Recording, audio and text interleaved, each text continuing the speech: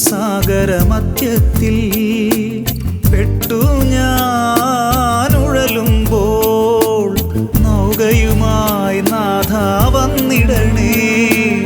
ഒരു കര നീ എത്തിച്ചിടണമേ. യേശുവേ യേശുവേ യേശുവേ യേശുവേ. നിത്യസ്തുതിക്കേറ്റം യോഗ്യമായ പരിശുദ്ധ പരമ ദിവ്യകാരുണ്യത്തിന് നേരവും ആരാധനയും സ്തുതിയും പുകഴ്ചയും ഉണ്ടായിരിക്കട്ടെ. നിത്യസ്തുതിക്കേറ്റം യോഗ്യമായ പരിശുദ്ധ പരമ ദിവ്യകാരുണ്യത്തിന് നേരവും ആരാധനയും സ്തുതിയും പുകഴ്ചയും ഉണ്ടായിരിക്കട്ടെ. നിത്യസ്തുതിക്കേറ്റം യോഗ്യമായ പരിശുദ്ധ പരമ ദിവ്യകാരുണ്യത്തിന് നേരവും ആരാധനയും സ്തുതിയും പുകഴ്ചയും ഉണ്ടായിരിക്കട്ടെ. സ്നേഹമുള്ളവരെ, നാം കൃപയുടെ സമയത്തിലേക്ക് പ്രവേശിക്കുകയാണ്. പിതാവായ ദൈവം തൻ്റെ പുത്രനിലൂടെ വെളിപ്പെടുത്തിയ ആ വലിയ കരുണയെക്കുറിച്ചാണ് ഈ നിമിഷം നാം അനുസ്മരിക്കുക. പ്രിയമുള്ളവരെ, പിതാവായ ദൈവം തൻ്റെ ജനതയെ എത്രമാത്രം സ്നേഹിച്ചിരുന്നു എന്ന് തിരിച്ചറിയാതെ പോയ ഒരു ജനതയാണ് ഇസ്രായേൽ ജനത. പലപ്പോഴും അവരുടെ ആവശ്യങ്ങളിൽ പിതാവായ ദൈവം എപ്രകാരമാണ് പ്രവർത്തിച്ചത് എന്ന് പോലും തിരിച്ചറിയാതെ, അവർക്ക് ലഭിച്ച സഹായത്തെ പോലും മനസ്സിലാക്കാതെ അവരെ നയിച്ചു കൊണ്ടിരുന്ന നേതാക്കന്മാരോടും പ്രവാചകന്മാരോടും കൂടെ കൂടെ പരാതികൾ പറയുന്ന ഒരു ജനതയെയാണ് നമ്മൾ പഴയ നിയമത്തിൽ കാണുക. ഓരോ തവണയും അവർ പരാതികൾ പറയും, അവരുടെ ആവശ്യങ്ങൾ നടക്കും. എന്നാൽ അത് ചെയ്തു തന്നത് പിതാവായ ദൈവമാണ് എന്ന് തിരിച്ചറിയാതെ വീണ്ടും വീണ്ടും അവർ ദൈവത്തെ വേദനിപ്പിച്ചുകൊണ്ടിരുന്നു. എങ്കിലും പിതാവായ ദൈവം ആ ജനതയെ തൻ്റെ ഹൃദയത്തോട് ചേർത്ത് വെച്ചതുകൊണ്ടാണ് അവരെ നഷ്ടപ്പെടുത്തുവാൻ അവിടത്തേക്ക് മനസ്സുണ്ടാകാതിരുന്നത്.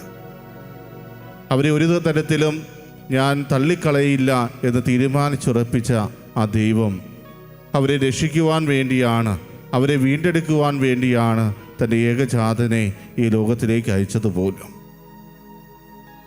ആ ഏകജാതൻ ഈ ലോകത്തിലേക്ക് കടന്നു വന്ന് തൻ്റെ പരസ്യ ജീവിതകാലത്ത് മുഴുവൻ പിതാവായ ദൈവം എപ്രകാരമാണോ ആ ജനതയെ സഹായിച്ചു കൊണ്ടിരുന്നത്, സ്നേഹിച്ചു കൊണ്ടിരുന്നത്, രക്ഷിച്ചു കൊണ്ടിരുന്നത്, അതുപോലെ തന്നെ പ്രവർത്തിക്കുന്നതാണ് നമ്മൾ പുതിയ നിയമത്തിൽ കാണുക. പ്രത്യേകിച്ച് സുവിശേഷങ്ങളിൽ യേശുവിൻ്റെ പരസ്യ ജീവിതത്തെക്കുറിച്ച് വളരെ മനോഹരമായി വ്യക്തമാക്കിയിട്ടുണ്ട്.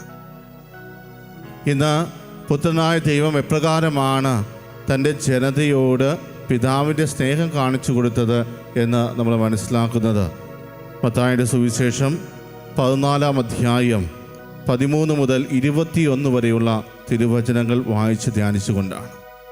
നമുക്ക് ആ വചനഭാഗത്തിലേക്ക് പോകുമ്പോൾ ഇപ്രകാരമാണ് നമുക്ക് കാണുവാൻ സാധിക്കുക. യേശു ഇത് കേട്ട് അവിടെ നിന്ന് പിൻവാങ്ങി വഞ്ചിയിൽ കയറി തനിച്ച് ഒരു വിജന സ്ഥലത്തേക്ക് പോയി. ഇതറിഞ്ഞ ജനക്കൂട്ടം പട്ടണങ്ങളിൽ നിന്ന് കാൽനടയായി അവനെ പിന്തുടർന്നു. അവൻ കരയ്ക്കിറങ്ങിയപ്പോൾ വലിയ ഒരു ജനക്കൂട്ടത്തെ കണ്ടു. അവരുടെ മേൽ അവന് അനുകമ്പ തോന്നി. അവരുടെ ഇടയിലെ രോഗികളെ അവൻ സുഖപ്പെടുത്തി.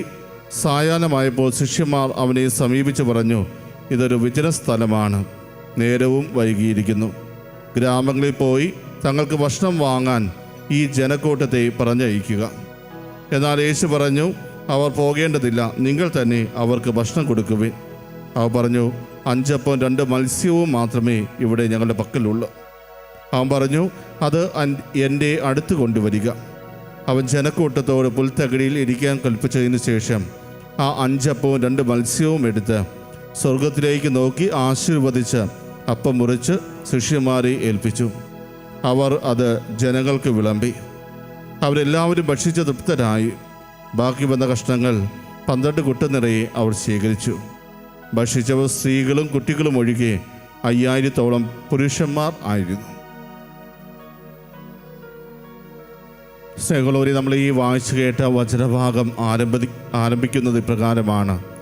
യേശു ഇത് കേട്ട് അവിടെ നിന്ന് പിൻവാങ്ങി വഞ്ചിയിൽ കയറി തനിച്ച് ഒരു വിജന സ്ഥലത്തേക്ക് പോയി. പ്രിയമുള്ളവരെ, എന്ത് വാർത്ത അറിഞ്ഞതിന് ശേഷമാണ് യേശുനാഥൻ അവിടെ നിന്ന് പിൻവാങ്ങുന്നത്? അവിടെ സംഭവിച്ച ഒരു കാര്യം സ്നാപകയോഹന്നാൻ്റെ ശിരസ് ഛേദിക്കുന്ന ഒരു സംഭവമാണ്.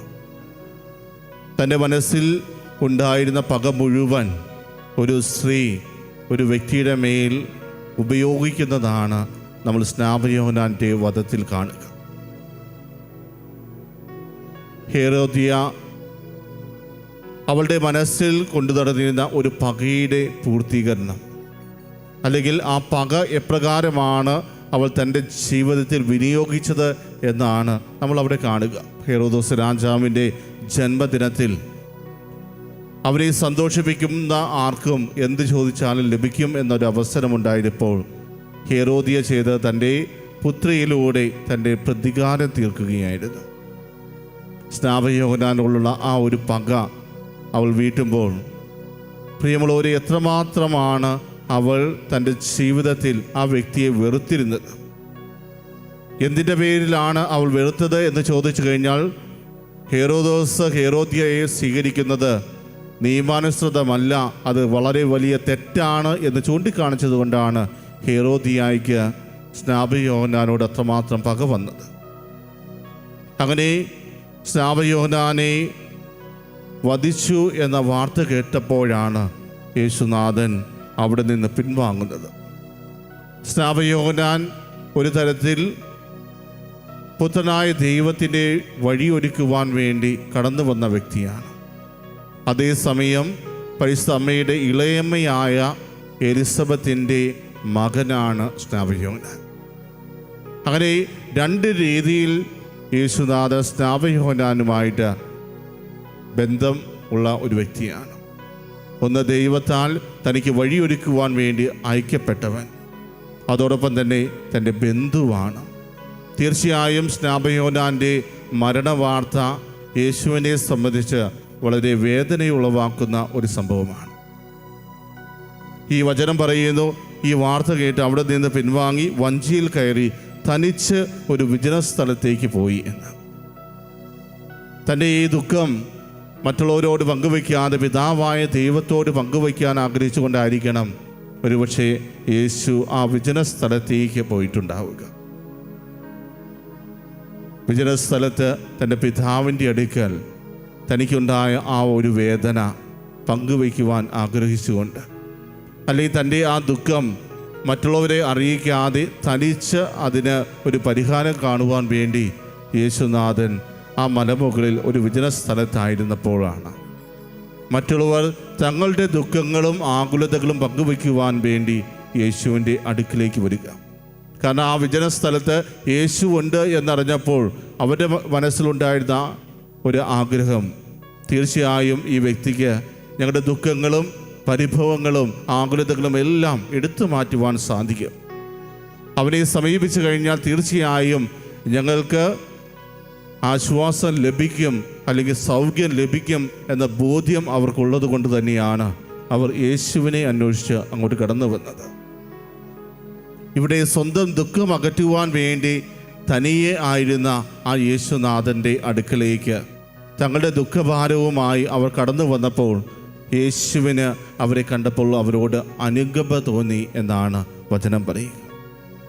തൻ്റെ ദുഃഖങ്ങളെല്ലാം മറന്നുകൊണ്ട് മറ്റുള്ളവരുടെ ദുഃഖങ്ങളും ആകുലതകളും ഭാരങ്ങളുമെല്ലാം ഏറ്റെടുക്കുവാൻ തയ്യാറാകുന്ന ഒരു ദൈവപുത്രൻ. പ്രിയമുള്ളവരെ, ഒന്ന് ആലോചിച്ച് നോക്കുക.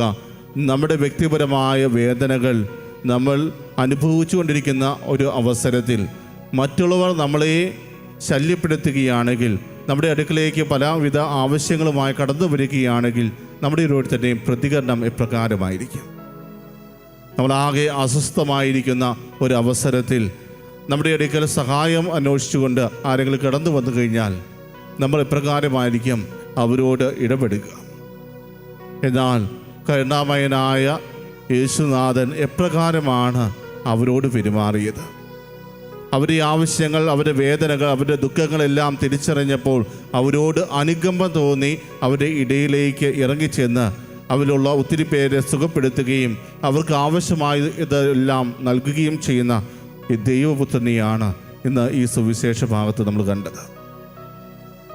പ്രിയമുള്ളവരെ, തൻ്റെ കൂടെ ഉണ്ടായിരുന്ന അവർക്ക് ആവശ്യമായത് ദൈവത്തിൻ്റെ വചനമാണ് എന്ന് തിരിച്ചറിഞ്ഞുകൊണ്ട് അവൻ വചനം നൽകി.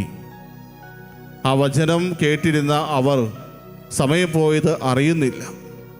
യേശുവിൻ്റെ വാക്കുകൾക്ക് വേണ്ടി കൊതിയോടെ വീണ്ടും വീണ്ടും അവനെ ശ്രവിച്ചു കൊണ്ടിരുന്ന ആ ജനത്തിൻ്റെ അവശത എന്താണെന്ന് തിരിച്ചറിഞ്ഞുകൊണ്ടാണ് ശിഷ്യന്മാർ വീണ്ടും യേശുവിനെ സമീപിക്കുക.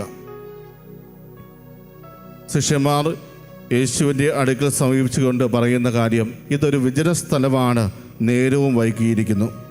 ഗ്രാമങ്ങളിൽ പോയി തങ്ങൾക്ക് ഭക്ഷണം വാങ്ങാൻ ഈ ജനക്കൂട്ടത്തെ പറഞ്ഞയക്കുക. ഈ ജനക്കൂട്ടം ഒത്തിരി നേരമായി യേശുവിൻ്റെ കൂടെയുണ്ട്.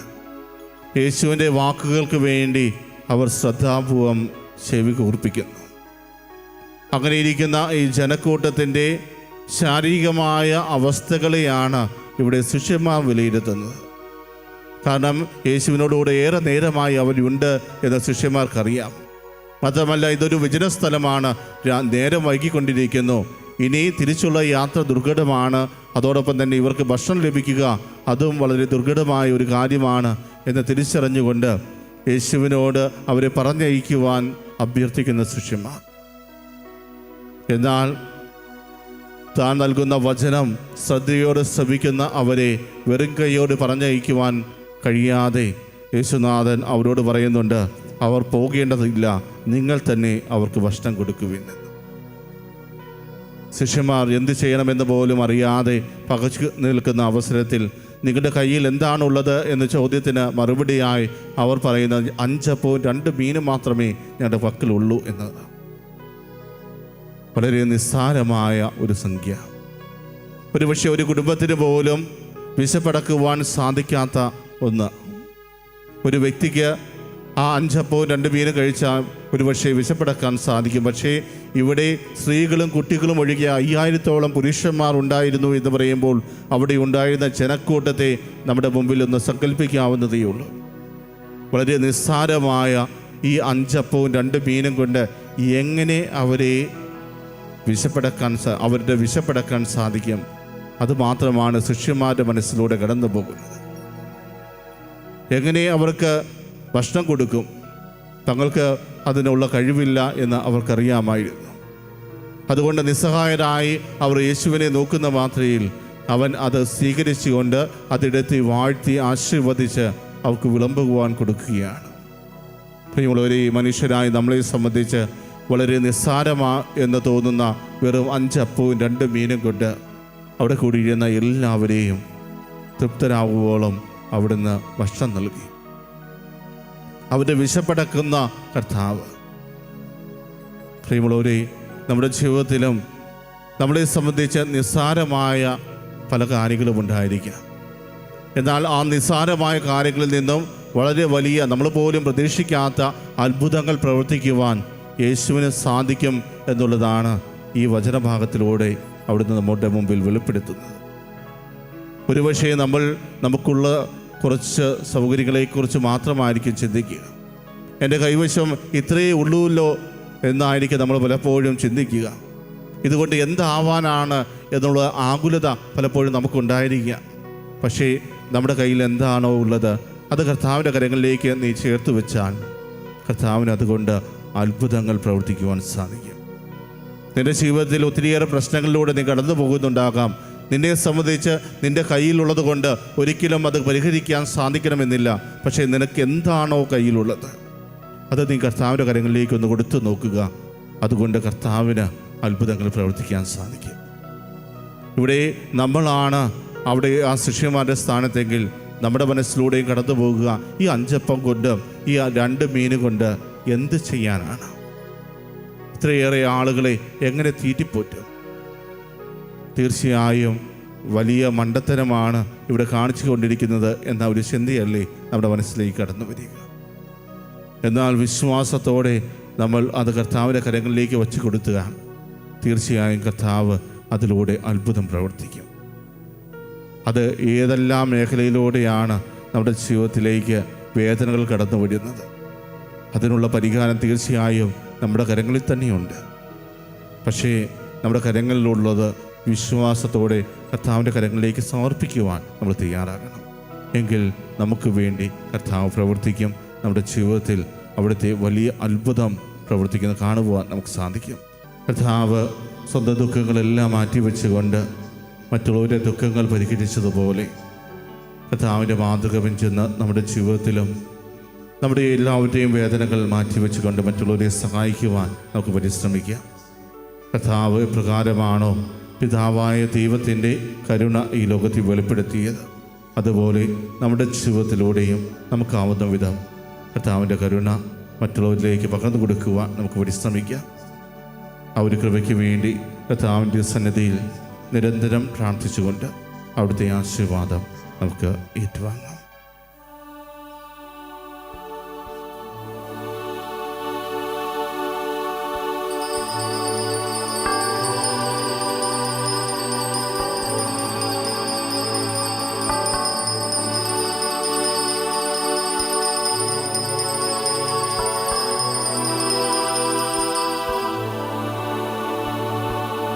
പരിശുദ്ധ പരമമാ ദിവ്യകാരുണ്യമേ,